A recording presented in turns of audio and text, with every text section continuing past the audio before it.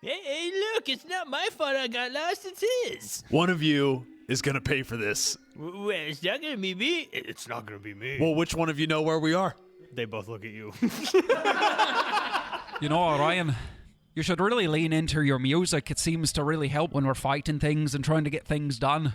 What about you give us a song now? Oh, you guys singing again. I'm the type of bard who will never quiet down. When you hear that music, yeah, you know that I'm around. I strum all day on my grandfather's lute. No, I'll never stop. I will never Please get the actually stop, boot, cause Devil. I'm the leader of the group down in the well. only My captain. name is Orion and I'm one of the good barrels. Where are we? We're lost. Where is Welcome to the Lazy BardCast. I'm David Williams, the current resident DM and wordsmith for our upcoming adventures. My name's Kyle Paquin. I'm playing Talgroth, the dwarf paladin. He's obsessed with finding the Shield of Farrankle. I'm Josh Yarnell, and I'm playing Orion Goodbarrel, a halfling bard in search of the greatest adventure. I'm Kyle Dell, and I'm playing Captain Korvac, the strongest member of this group. Why does everyone have this obsession? I did it last time just to Yeah, make, but Korvac make literally Korvac is the upset. strongest member of the I'm group. not. He never was. What? I thought you had a 20 He strength. had a No. 20, I had a 17 do. or 18, but I always just I think said I have the it was- highest stats at this table. My name's Sean Luke. I'm playing Maven the Monolith Smolderbeard, a mountain dwarf Tempest Cleric. That's what it's called. On his way to becoming the most electrifying man of the sea. If you like what you hear, be sure to look us up at the Lazy BardCast, where things are found. Previously, in the dungeon of the Wacky Wizard. You found yourselves in the entryway to Undermountain, beneath the yawning portal. You found a number of demonic statues of sorts lining the walls along the sides. Exploring them a little bit, you found a few secret doors, but then were quickly accosted by a bugbear who told you of a feud between the Xanathar and Undertakers Guild. The Undertakers being a group of humans of variety who were imposing on the Xanathars, the bugbears, and goblins, and they offered you a deal that if you took care of the large stitched-together figure that they had recently come into possession of, that the Xanathar would give you passage to the next level of Undermountain. You were told from the same Mr. Red, as he was dubbed, that two goblins who have become known to be Ooks would be trustworthy but not to be trusted figures. As you followed them through some tunnels of Undermountain and eventually discovered that they had gotten you all lost. As Maven, you held up one of the Ooks to the wall and demanded that he tell you what's going on. He said, "Well, all right, we're lost." What do you mean we're lost? Well, I think I mean just that. You said you knew these tunnels better than anybody. Well, I do. Most people don't know much about these tunnels, so that doesn't really mean anything. I would like to cast Dancing Lights, almost chalk zone it with a piece of timber out of my pocket here, and like draw in the air one gold coin, essentially. So it's just the one giant orb, and I just want to hurl it down the hall towards the sound. Dope. Okay. Looking around the area you're currently in, you're just past a four-way intersection, and looking down in front of you, you can see rows and rows of statues as far as you can see, and they seem to depict various heroic-looking humans, specifically. The vast majority of them appear to be defaced or vandalized in some way. And Maven, with your passive perception, you can see on the roof, which in this room is much taller than the other rooms you've been in. This room is about 30 or so feet wide, and the roof is almost as equally tall. Just at the edge of your view with dark vision, you can see spider webs filled with adventuring gear, bones, things that you wouldn't expect to find in normal spider webs. As you're standing here, kind of bickering with the goblins, you hear loud from all the way down. This line of statues on either side of this hallway goes beyond any of your dark vision, including yours, Korvac, which is magically to 60 feet. It goes beyond that. You just see these rows of statues. And all of you stop, including the goblins, and turn their heads and look in the direction of this loud bang. It's that distinct sound of something incredibly heavy banging on large wooden doors. Kind of echoes through the hallway again as the second hit connects. I lift up. I had a piece of chalk in my hand, and I was like drawing a pair of glasses on like one of the statues that hasn't been defaced yet. And then I go to the next one, and I like draw, like a nice brassiere like over the chest. And I go, did you guys hear that? Yeah, it's something big. I'm gonna Sacred Flame one of the webbing to see if I could cut down like one of the packs. Sure, you Sacred Flame it easily enough, and the webbing kind of burns away. Not in a fire type way where webs are very flammable, but in this radiant energy that connects with the webs, and just enough to slice down the backpack, and it clatters to the ground in a loud kind of bang there, followed by a louder bang. The sound against the doors again. This time, you hear from down that hallway as well, muffled behind, "Help! Help!" a woman's voice. Crap. Someone's calling for help. Maven will run towards the door. Okay. Same. So you guys start kind of running down the hallways. Maven, as you start running down, you get about 20 feet or so, and you notice that the two goblins are standing in place, not moving. Typical. But so is everybody running forward? Mm-hmm. Talgroff is actually going to go and get in front of the goblins as kind of like a protector of them. Okay. So the other three are going up to the door. As you get within about 20 feet or so of the door, Korvac, with your light there, you can see these statues still line the hallway all the way to the edge of the door. And you see a large door in front of you with two large, like, brass knockers, I guess? Is that what they're called? Yeah, they are, Dave. That's all you see on the door. You don't see a keyhole. You don't see a bar holding it. Nothing along those lines. But as you get within that kind of range, again, it pushes out, this time much louder since you're right in front of it. Dust kind of falls from the ceiling, and you can feel it like settling on your shoulders. Significantly louder, you hear from the inside, "Help! Help me!" How's the door holding up? Make a perception check. A 26. 26. You notice that this door is pristine. Not a crack in it. Nothing. No budging at all in this door. I'm just gonna look over at Korvac and Orion and be like, why does she keep yelling help if this big thing's banging on the door? Maybe she's the big thing and she's stuck in there. I really didn't like the idea of that. From the interior, you hear what sounds like animalistic snarling and growling, intermixed with these yells for help, and then occasionally interrupted by this loud bang. But the snarls and the yells for help appear to be coming from further inside of that doorway. Maven's gonna look at Orion and be like, well, you're here for adventure, right? Yep. And then I'm gonna just try and grab the brass lock and open it. You grab the brass lock. As soon as you put pressure on it, roll a d4 for me, please. It seems quite weird that there's no locks on this side, but it's trying to get through to this side. 4. Maven, if you'd like to draw a card for me, please, and then roll a percentile die. Let me get him out, because that never gets used. Ooh, this is fun. 0 is 0. So 4. 4. Okay, so you get the Bane effect of your card. You can read your Bane effect, and that happens to your character right now. It's called Karumbos, Elder Rune of Chaos. The target must succeed on a Wisdom saving throw or suffer the effect of Confusion spell for the duration of 1 minute. Okay. So Wisdom save. Well, that could have been a lot worse. As you pull on the handle, some pressure is put on the handle. You watch as an Elder Rune above the doorframe flashes and scatters down both sides of the doorframe. The door opens up, and you're met face to face with a large figure stitched together of flesh. It's a 22 on the Wisdom save. Found the monster! Directly in front of all of you now, you can see into a room that is fairly wide open. Other than a statue, you can't make out what it is on the opposite end of this room, which is nearly 60 feet long.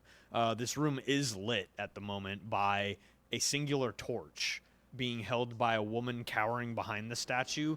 You see what Korvac and Maven, you both recognize as a manticore, flailing over the side of this statue, grabbing on. As you're all looking into the room, you watch 2 other manticore come over and looking out of the door in the direction of this flesh golem, all staring in your direction now. And we're going to roll initiative. Okay, so I got a natural 20. So we're going to start with the flesh golem. He is going to run straight past all of you and just run down this hallway. Okay. I will just instinctively go for an up attack, yeah. 11? Hits. 17. As this flesh golem seems just driven to something else. He's actually going to dash and get right next to the 2 goblins. These 2 Manicore in the doorway, they both take flight inside of this room that you can see the interior, and you can see like a bubbling green liquid on the ceiling of this room, but it seems to be held in place all the way across this entire room, almost 60 feet up. But you can see unnatural lighting, kind of almost Halo style, in like the walls, almost like large glowing white gems up the sides of the walls that light this entire room. And both of these Manicores fly up into the air, and they're going to take some tail attacks, tail spike attacks. Maven, you're getting 6 attacks because you're the only one in range. So 24 to hit. That hits. Natural 1. 24 to hit. I yell, frick! and try to get him to miss. It's a minus of my bardic inspiration to your attack. Nice. Roll. 7 less. 7. Oh, wow. Yeah. So that's only like 12. That definitely misses. So you have 2 hits so far. Okay. That's a 16 to hit. Miss. 15 to hit, and I think that's 6, right? So that's 2 hits on me. So that's 2 hits. Okay. So that's 5 piercing damage from the first one and 9 from the second one. As these creatures, they fly up into the air, they come down for like a swooping attack, and then they swing their tails back underneath them, and you watch as 3 spikes off of their tails from each of them fly off straight at you, Maven. You're able to dodge out of the way of a few of them, but 2 of them puncture into your shoulder, and you can feel one of them kind of scrape off your bone. This third Manicore that seems to be attacking this woman on the side, he looks more armored. It looks like he has like an amalgamation of steel kind of built into his body as he's moving around this statue, and he kind of careens his neck back in your direction. We have visitors. And he turns around and he takes flight as well, and he's going to take 3 more attacks on you, Maven. 24 to hit, 23 to hit, 24 to hit. Ooh, rolling hot, boys. All right. 26 points total from him as he flies up in the air, and very similarly to the other ones, in a very trained pattern, he swings his tail back, and all 3 spikes just jab into your side as you were not expecting it. Maven, as you're now being just pelted with these tail spikes, you look into the room, looking around, you can see that this room is empty. There's a few little pieces of stone and rubble on the ground. How high up are the Manicores? The 2 right in front of you are 30 feet up in the air in this room, and the other one is 40 feet up at the moment. All right, Maven's going to look at them with all these spikes in his chest, and it's like, okay. And he's going to put the spawn of Kelmore on his back, and he's going to take out a shield, and then he's going to cast Fog Cloud. Ooh, okay, on your position? Yeah. Awesome, okay. As you cast Fog Cloud, it seeps out into this room and heavily obscures the current area, giving all of you full cover, but being unable to see what's going on inside the room at the moment. I'm going to summon my 2 illusions, realize there's smoke that's now clouding me, and I'm going to take just a couple steps out of the smoke. You find yourself back into the same hallway, looking around, and you can see Talgroth, the goblins, and this flesh golem behind you. Mm-hmm. Then I'm going to sit there and hold an action for if I can see the manticores at all. Okay, awesome. Orion being right up next to all of this going on, you find yourself doused in this dense fog now, and looking around you can still hear the sounds of these creatures, their wings. Are they affecting the fog, or is it like still? They don't seem to be affecting the fog at all, no. Okay. I'm gonna play my way out of the fog past Maven, and then as I run past, I'll give him a little.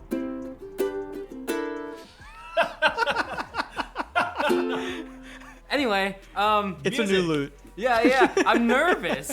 So I will bardic inspiration you as I run out of the fog. As I break out of the fog, I want to look back at him that ran towards Talgroth and the goblins. Since he seems hell-bent on something at the end of the room, the flesh golem, as I play my way through the fog, I send a little, and then fire firebolts with my bending cord over towards the flesh golem. Oh, awesome. Nice. I'm going to try to hit him in the rear. 23 to hit. Yeah, Definitely hits. Nice. 18 fire damage. Dang, nice.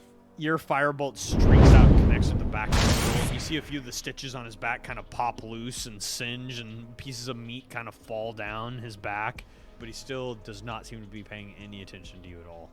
Talgroff. The flesh golem is a large creature, correct? Yes. Okay. I'm going to circle around him to see if he makes any reaction. Seems to not pay any attention at all to you. And then I'm just going to cast Hunter's Mark on him. Okay. And wait for him to do anything. Okay. That's it. Sounds good. So one of the manticores is going to fly down into the fog. You can feel like the of its wings as it streaks down inside. And it's going to attempt to grab onto you, Maven. Okay. I'm going to be at disadvantage Okay. for a grapple. Let's see. So that's 19. So you just roll athletics or acrobatics. It's your choice. 22. As you hear this manicore coming in, you bash your shield against its talons as it comes into contact with you. You feel like almost a numbness kind of streak up your arm as just the weight of this creature bashes into you, and you feel it land on the ground right next to you. And it's going to take 2 attacks on you. Okay. 18 and less. They both miss? Needs to make a dex save. Okay. 22. That's a save, but it's going to take half damage of lightning. 2 damage. Okay, and what ability was that? Wrath of the Storm. Okay. Yeah, is this Some lightning flickers out on me and hits his claw. Sure. Yeah, as when this he as attacks this me. manicore its beak slams into your shield. You feel now this numbness in your arm. You watch as bits of your shield start getting dented on the inside, as the gear you currently have is not magical by any means. And you feel it kind of dig into your forearm behind the shield. As its talon streaks out, you grab onto the side of it with one of your hands, and an electric shock kind of streaks into its arm. The other one by the door is going to do something. And the one by the statue, you hear the sound of the woman yelling, "Help! Help!" And then she quickly starts moving across the room at a rapid pace, as if she's been picked up and is now being carried through the air as you hear her screaming, being pulled across the room. The flesh golem is going to pick up either Ook. Okay, well, he's going to try to. As the flesh golem now is like leaning over, and each Ook is like ducking and, hey, what are you doing, man? And, get out of here, get out of here. And they're like swatting at him and ducking under his arms as this flesh golem is like reaching out. And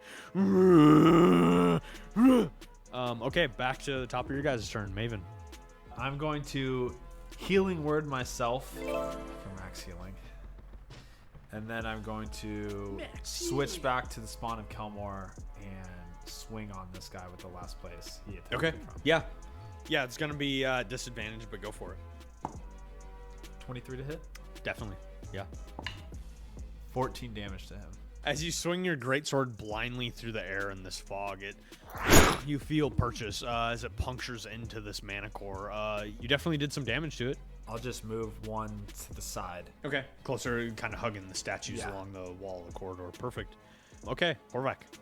Maven, are you doing okay? You hear Yeah. Well, I'm just going to turn around and attack the flesh golem because I can't see anything. All right. Well, great sword. It's an 18 on the die. Yeah, totally. That's a nice strong hit. It is 19 total slashing damage. Okay. This guy is probably dead, right? Am I right? You run back and catch up with this flesh golem. You carve into him, and you definitely left a hearty hit. Your weapon, is it magical by chance? It is. It is silvered. Nice. Oh, yeah, because you have the Githyanki greatsword. Yep. Totally. It totally is magical. Yeah. You gave it to me. Yeah. As you carve into this creature, it does its job quite well. Okay, that's it for your turn. Yeah. Ryan. Seeing this hallway crowd up, hearing the cry for help behind me through the door, and knowing Maven's alone too, I'm gonna throw my loot over my shoulder, and I'm gonna turn and run through the fog, through the doorway, and try to get a visual of the inside of the room and see the person crying for help. Okay. Yeah, you run through this large fog cloud, And you start running into the room, but you find no end to the fog in front of you, as now you find yourself fairly disoriented in the entryway of this room. Looking around, it's that thick fog where you can see like a foot or two in front of you at most. And now you kind of find yourself standing there. You can hear the sound of beating wings almost directly above you. And also to the side, you can now hear loud screaming as it's being pulled across the room. Ah! This woman. I want to dash towards where the screaming is heading. I want to follow that, and I'll use my action to dash towards it. You continue running forward, and you break through the fog, and you find yourself in a room. As soon as you get past the fog, it smells incredibly acrid, the air in here. It almost burns your nostrils to breathe in. And as you look up where this manticore is carrying this woman from, you can see he's flying through the air from this, what looks like some sort of tiefling statue, flying directly up towards what looks like a pool of acid on the ceiling. But it seems to be held in place. Looking around this room, you see a large open space. You can see that there are a few exits on the southern end of this room, but other than that, this room is incredibly open. Does she look injured? You can see you can see where she's being held onto by this manticore, where his talons are digging into her shoulder and on her side. You can see that there is some blood, but she doesn't appear incredibly wounded at this point. Okay, now that I see her flying, I go, "We're coming, we're gonna save you!" And I'll cast Healing Word as my bonus action up towards her. Nice. Is a 7 healing. Nice. Okay. Yeah, you cast this Healing Word at her, and as you tell her this, she seems inspired, and you watch as one of the claws is like almost pushed out of her body as her flesh is reforming. That's it for me. Talgroff's going to look at this flesh golem with his syrupy magic after he casts Hunter's Mark and say, "You can't go anywhere now." And he's going to run up from behind and attack him with his battle axe. That's perfect. terrifying. Yeah, roll it. God. Not very good. That's a 12. Hits. Wow. Okay. It's 9 points of some slashing damage, some Hunter's Mark magical damage. Yeah, you chop into him. You feel a resistance as you cut into his body, as this is a arcane built and sustained figure of flesh, but you feel your Hunter's Mark still pulse out across his body and tear into his tendons and his muscle. Okay, back to the top. The one directly next to you, Maven, is going to start flapping his wings as hard as it can. You hear its wings scrape across the side of the wall as it makes a natural 1 athletics check to try and blow away this fog that's formed here. Orion, as you look up, you watch as the manticore above the doorframe whips its tail in your direction immediately, almost responsive, and shoots 3 tail spikes at you. 17, 18, 12. The 12 misses. You take 18 points of piercing damage. As for the first time, Orion, you find yourself in a real fight. The other manticore, you watch as he takes his talon holding this woman and throws her up into the air as hard as he can. She splats into the acid, and for a second, her screams are silenced before they reappear as she slowly drips out of the acid and begins falling the 60 feet to the ground.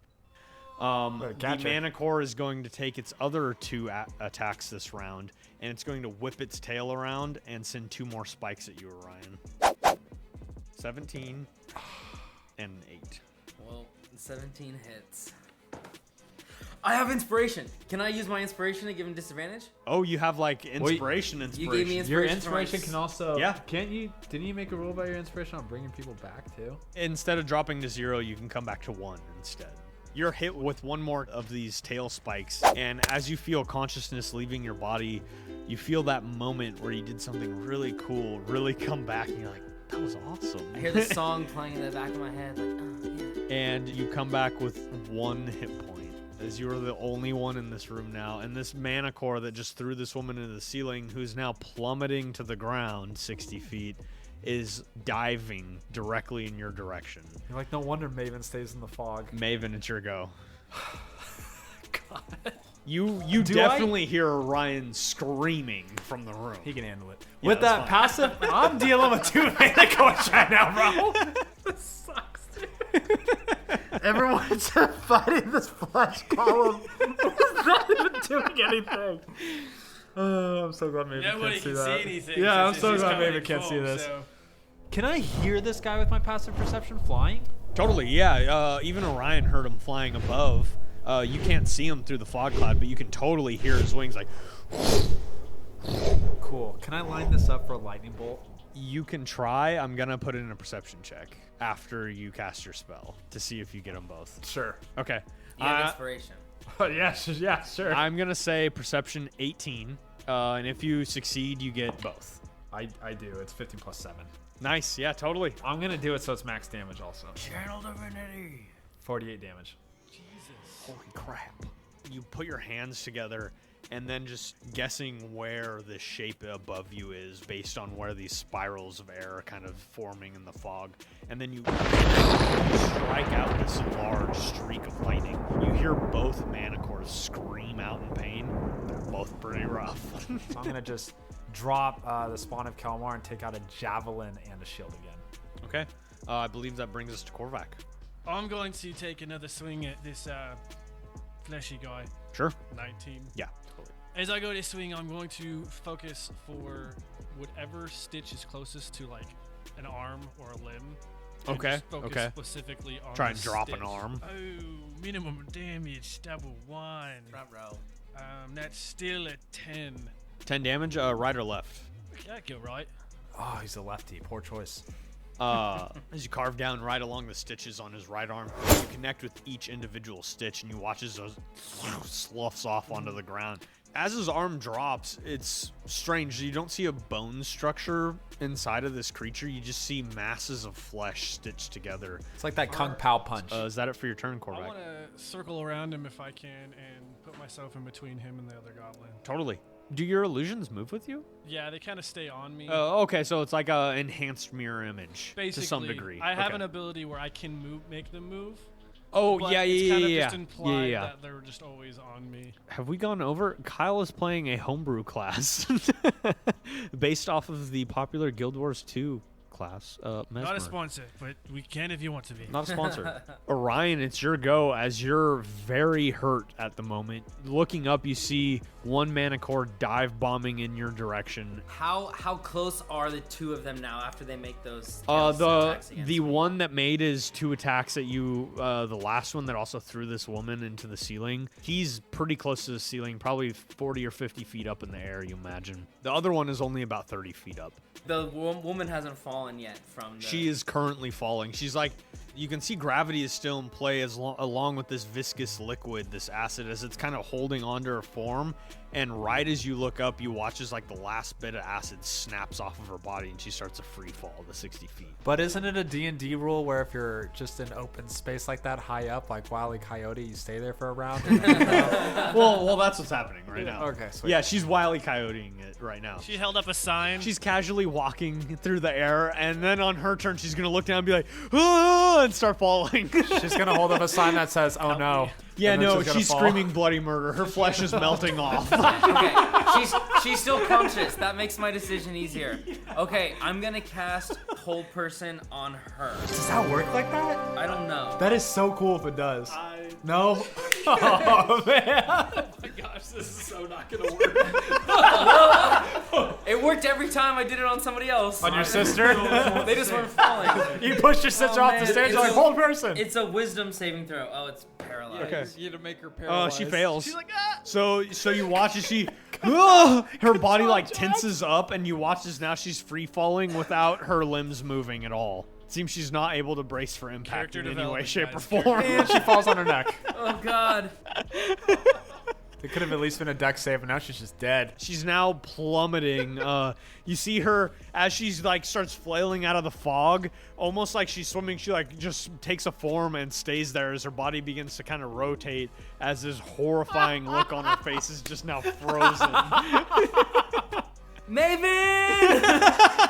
I'm gonna run to Maven. I like to think if you run to Maven, he's like face to face with this Manicore squaring off, and Orion comes out to it. He's like, Maven, this is the girl, and she fell. And I think it accidentally, but I think I made it worse.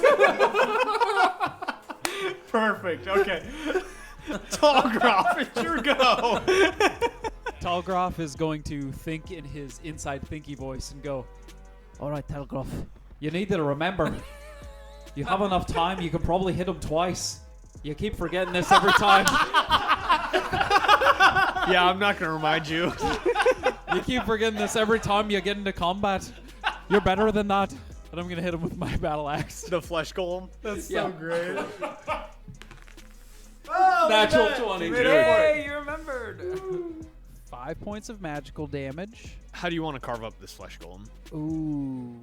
I want to have the syrupy silver magic from Talgroff's eyes descend down his cheeks as if he's crying. Okay. And then coalesce into his battle axe. Ooh. And he's going to take one, like, haymaker of a railroad spike driving into the Nice. ground, kind of into his back, and it's just going to explode that silvery magic through his Yeah, chest. you watch as you connect, all the stitches on his body start to pop off as you watch all the stitches turn like a silvery color as it begins to like course through this being's body.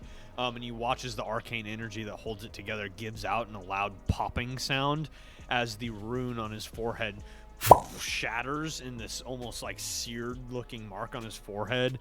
And he falls straight backwards, completely brain dead onto the floor. And as he hits the floor, the pieces of meat that hold his body together just kind of slough off, and you're just left with this large pile of flesh. Talgroff's going to look down at the remains of the flesh golem and say, "Serves you right." Then he's going to turn around and walk towards the fog. So as you drop this flesh golem, you look back to the fog cloud, which you can see is just like swirling now with motion. As this fog cloud, while it is magical, it's being contained in this zone that the fog is just swirling around, and you can occasionally see like the tips of wings breaking through as this manicore is flapping its wings, this large flash of lightning, and the sound of Orion yelling for help as his face kind of breaks through the fog. And you can see just blood dripping down Orion's mouth, these large needle-like tendrils sticking out of his chest, multiples of them. So top of my turn, this manicore next to you, Maven, again is going to try and clear this fog cloud around him with his wings. That is a 21 versus your spell save, I'll say, since it's fog cloud. 15. Yeah, so he starts beating his wings, and now at this point, the fog cloud begins to disperse. The other manicore that pulled this woman up into the air, seeing Orion run back in, he's going to swoop back around. Orion, you're going to take 3 more attacks. I'd like to duck. Okay, you duck. 15. Hits. 8. Doesn't. 10. Doesn't. Oh! Doesn't matter, 1 hit point. And I rolled minimum damage, so you take 4. As Maven, you watch now your fog cloud being dispersed. You all watch as Orion's running down the hallway, and then you watch as these 3 needle-like javelins come flying down the hallway. One of them pierces straight through Orion's back and comes out his stomach as Orion looks around and then collapses face down on the ground unconscious. Just see fog clear. And dead then Orion you all on the watch ground. as and hear as a woman goes "Ah!" straight into the floor. She's gonna take some damage. She's paralyzed, so it should hurt less. Oh God, I Or forgot. She doesn't feel it. I don't know. How does that work? You can't even yell. Yeah, she hits the ground, and as her form hits, you watch as her paralyzed form. You watch as a bit of her hand kind of like just gives into the ground as you can hear her bones just breaking as she through like clenched teeth is just screaming as she hits the ground. She's alive still? She looks rough. She's alive. You can see that there's a lot of her clothing down her side is kind of like seared and singed away. A lot of her flesh is hanging in spots, bubbling, kind of already blisters forming. But you can see someone who's well practiced, as well as Maven. You can make out a few fake vampire teeth in her mouth. Oh, God. Okay, last on my turn, the goblins, the Ooks, they're going to start scooping up some of these pieces of the flesh golem. They start packing them into their bags, and they look around, and they're going to turn around and run away. Can I up attack? Yes. Thank you. Thank you. Cleave them both. Okay, so you're just attacking them because they're running? Yeah. Okay, sure. Exactly that. Sure. 15 on Hits. the die. Yeah, he's probably dead. I'm really strong. 12. Yeah, as you swing your greatsword around, you carve from neck almost to center of chest with your greatsword. As this goblin just stops moving, as he's now just being supported by your greatsword. You can feel the weight of him kind of slump down on the front of your sword. And the other goblin goes, they killed him! They killed him! And goes running down the hallway away from you. I kick his body off my sword. Sure. Yeah, you do that. And the other goblin, you hear him just running and screaming his head off, running away from you guys. Maven, it's your go. Cool. I'm going to lightning bolt them again. Okay. That's a dex save. That's 14. Fail. And natural 1. 28. 28.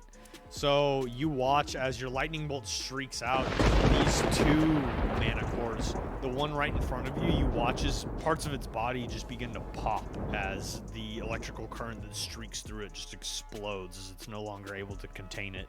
The one flying in the air, as you connect with it, you blow holes straight through its wings as all of you watch as it just hits the ground and stops moving. They both die? That one's still good. Big boy's still okay. I'm going to walk over to Orion's body and just stand in front of him. Okay. Kick him. Korvac, it's your go. I will dash into the room. Right. Awesome. Yeah, standing right up next to Maven, right in the entryway of this room, all of you now guarding Orion's body. 2 mana core corpses lie nearby next to each of you. This one is the armored one? Yeah. Okay. He's about 50 feet up right now. I'm going to use my bonus action to hex it. Okay. What ability do you pick for it to be worse at? I'm just going to do dex. Okay. Is that it for your turn? That will be it for my turn. All right, Orion, death save, please. Fail. What'd you roll? His 8. An 8. Okay. Tallgraph is going to walk towards the manticores and, of course, Maven, thinking that this fog cloud is dispersing over his own, majesty or something to do with the Silver Flame clan being awesome. Totally. Tallgraph is going to look at these dead manticore bodies and then see the one still alive floating up very high, and he's going to run towards it.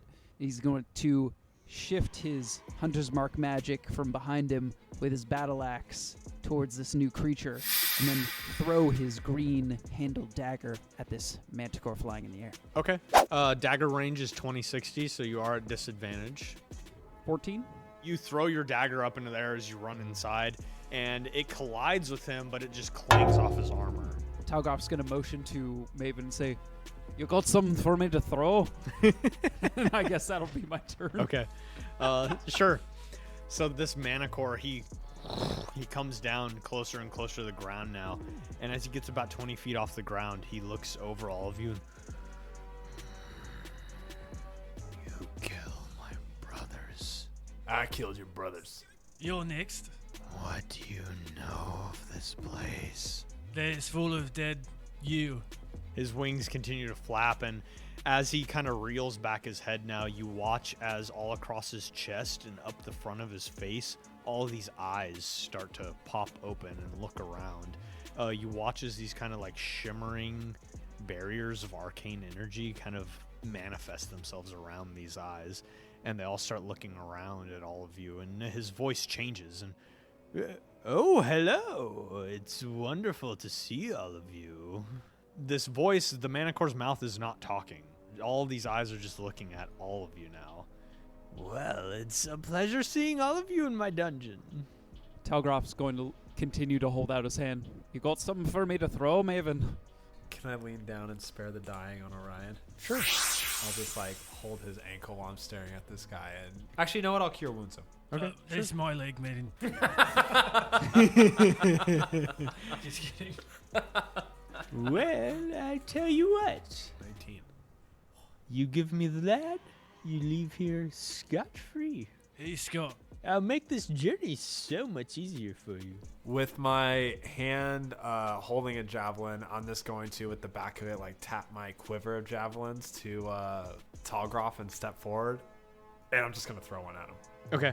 You watch as all the eyes one at a time begin to close, and well, have it your way. And this Manicore now back into his own sort of brain. You watch the girl then, and he swoops down to pick up this girl. And Maven, you can let your javelin go. As he's now currently he's on the ground grabbing this girl.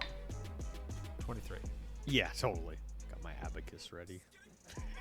It's gonna be 9 damage. As this Manicore swoops down, he grabs onto this chick, and with his flyby skill, he provokes no opportunity attacks from all of you. As he grabs onto this woman, flies up into the air, and is actually gonna dash into the ceiling. As he darts, folds his wings as he's grabbing onto this woman with this fake vampire teeth, all this makeup on her face, kind of running down now. She's like sobbing and crying, horribly hurt. The talons dig into her body again as this Manicore rips her up, flying faster until he gets to the acid, folds in his wings, and disappears into the acid. Some of the acid kind of sizzles down, falls and drips onto the ground below, leaving small cauterized spots in the stone. But her screams get silenced as she's pulled into the pool of acid on the ceiling. And we're out of initiative. I'm sure she'll be all right. I mean, our job's done, right? The flesh thing is no longer.